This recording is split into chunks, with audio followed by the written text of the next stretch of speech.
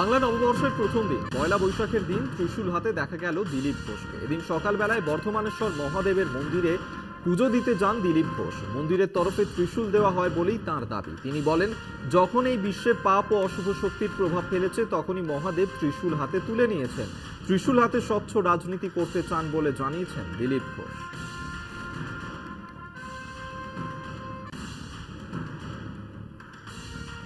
বাংলা নববর্ষের প্রথম দিন সকালবেলা আমরা বর্ধমানেশ্বর মহাদেবের দর্শন এবং পুজো করলাম। বাবার ওখান থেকেই ত্রিশূল লাভ হলো।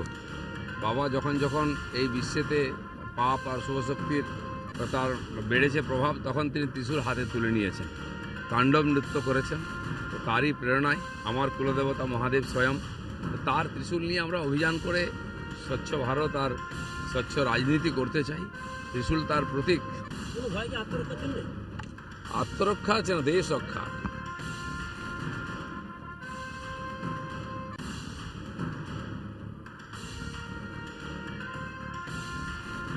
বাংলা নতুন বছরের প্রথম দিন সকালে বাঁকুড়া মহামায়া মন্দিরে পদ্মফুল দিয়ে পুজো দিলেন বাঁকুড়ার বিজেপি প্রার্থী সুভাষ সরকার। এদিন দলের নেতাকর্মীদের নিয়ে পুজোর ডালি সঙ্গে নিয়ে মহামায়া মন্দিরে পুজো দেন সুভাষবাবু। পুজো দিয়ে দলীয় নেতাকর্মী ও পথ চলতি মানুষের হাতে প্রসাদ তুলে দেন বিজেপি প্রার্থী। মানুষের সঙ্গে নতুন বর্ষের শুভেচ্ছা বিনিময় করেন তিনি। পদ্মফুল দিয়ে পুজো দিয়ে ফের বাঁকুড়ায় পদ্ম ফুটবে এবং পদ্মের যেন জয় জয়কার হয় তার প্রার্থনা করেন সুভাষ সরকার।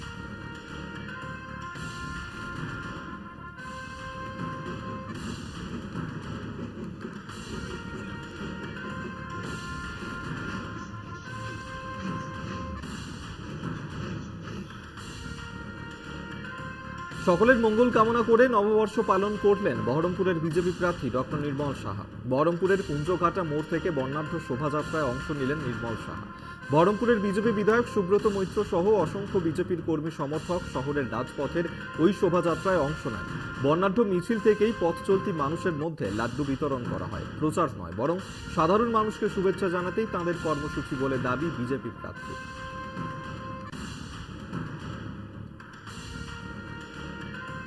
আজকের দিনে আমি কোনো রাজনীতির কথা বা কোনো রকম ভোটের কথা বলতে চাই না, তবে নিশ্চিত যে আজকের দিনে আমি মানুষের কাছে পৌঁছাতে যাচ্ছি, একটা বার্তা দিতে যাচ্ছি, আসুন আমরা নতুন একটা পৃথিবী তৈরি করি।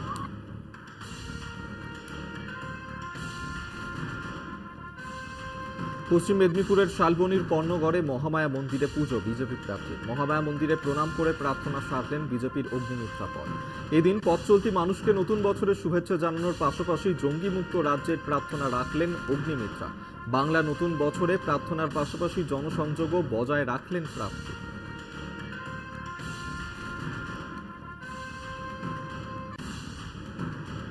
কংগ্রেস প্রার্থী অধীর চৌধুরীকে ঘিরে গো ব্যাক স্লোগান বহরমপুর শহরে। শনিবার খাগড়ায় ভোট প্রচারে বেরিয়েছিলেন অধীর চৌধুরী।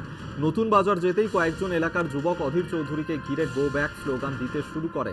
ঘটনায় উত্তেজনা ছড়িয়ে পড়ে। পরিস্থিতি সামাল দিতে আসে বহরমপুর থানার পুলিশ। শুরু হয় কংগ্রেস সমর্থকদের সঙ্গে এলাকার যুবকদের ধস্তাধস্তি। ওই ঘটনায় 3 জনকে আটক করল বহরমপুর থানার পুলিশ।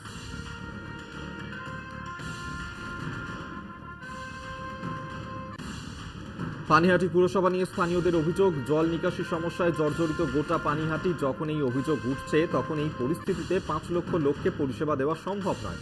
পানিহাটি পুরসভার পক্ষে নিজের মুখে স্বীকার করে নিলেন তৃণমূল প্রার্থী সৌগত রায়।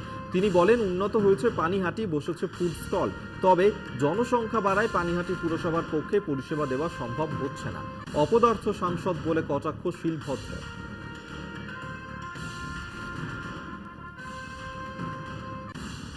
লোক সংখ্যাও বেড়ে গেছে। এই পৌরসভাকে সার্ভ করা, পৌরসভার পক্ষে এই বিরাট এলাকাকে সার্ভ করা 5 লক্ষ লোক পৌরসভার কঠিন হয়ে দাঁড়িয়েছে। সৌগতা প্রমাণ করে দিয়েছেন তিনিও অপদার্থ, তার দলের লোকেরা অপদার্থ। তাই অপদার্থ লোকেরা কাজ করতে পারে, এটা প্রমাণ করেছেন না। অপদার্থতা দায় মেনে নিয়ে সৌগতার চলে যাওয়া উচিত।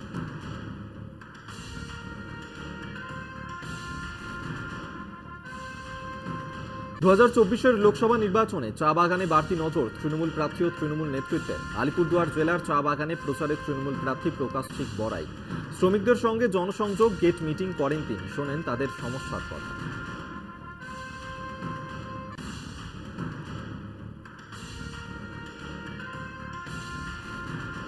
বাংলা থেকে জঙ্গি গ্রেফতারের ঘটনায় মমতার সরকারকে এক হাত নিলেন বিজেপি প্রার্থী দিলীপ ঘোষ। সারা দেশের জঙ্গিরা এসে আশ্রয় নেয় বাংলায়, 2 মাস ধরে এখানে ছিল, ওপর থেকে ডান্ডা পড়েছে, তাই 2 ঘন্টায় গ্রেফতার করেছে। তোপ বর্ধমান দুর্গাপুরের বিজেপি প্রার্থী।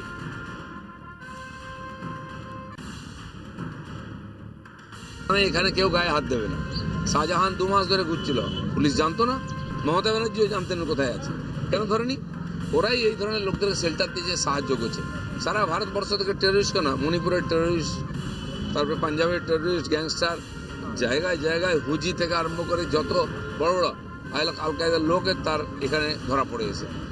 মাসের পর মাস ঘুরছে। মমতা ব্যানার্জি কি বলছে, 2 ঘন্টা ধরে নিচ্ছে। যখন ডান্ডা দিয়েছে উপর থেকে তখন 2 ঘন্টা, 2 মাস ধরে ঘুরছিল। কি করে ঘুরছিল? এটা কি মামাবাড়ি পেয়েছে নাকি? এখানে সব টেররিস্ট দেশ বিরোধী লোক ঘুরে বেড়াবে, আর আপনি তাদেরকে খাওয়াবেন, পড়াবেন, পুলিশ দিয়ে তাদের সুরক্ষা দেবেন?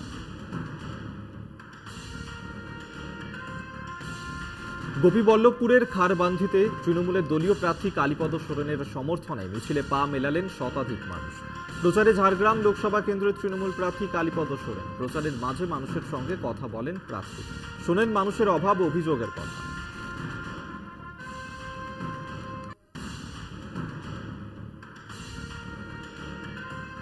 বিজেপি প্রার্থী মনোজ টিগ্গার গড়ে ভাঙন, পদ্ম শিবির ছাড়ল প্রায় 110টিরও বেশি পরিবার। আলিপুরদুয়ার লোকসভা কেন্দ্রে মনোজ টিগ্গার গড় হিসেবে পরিচিত মাদারিহাট বীরপাড়া ব্লকের হান্টাপাড়া এলাকায় সেখানকারই 110টি পরিবার পদ্ম শিবির ছেড়ে জোড়াফুলে যোগ দিল। আগতদের হাতে দলীয় পতাকা তুলে দেন তৃণমূলের মাদারিহাট বীরপাড়া ব্লক সভাপতি জয়প্রকাশ টোপ্প। মাদারিহাট বীরপাড়া ব্লকের 2 বারের বিধায়ক হলেন এবারের লোকসভার বিজেপি প্রার্থী মনোজ টিগ্গা। তার গড়ে লাগাতার ভাঙনে কিছুটা হলেও অস্বস্তিতে গেরুয়া শিবির।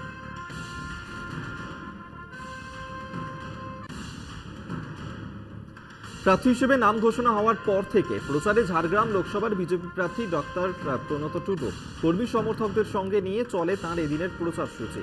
2011 সালের 7ই জানুয়ারি লালগড়ে নেতাইয়ে সিপিএম এর সশস্ত্র বাহিনীর গুলিতে 9 জনের প্রাণহানির ঘটনা ঘটে। তারপর থেকেই লালগড়ের নেতাই একটা আলাদা গুরুত্ব পায়।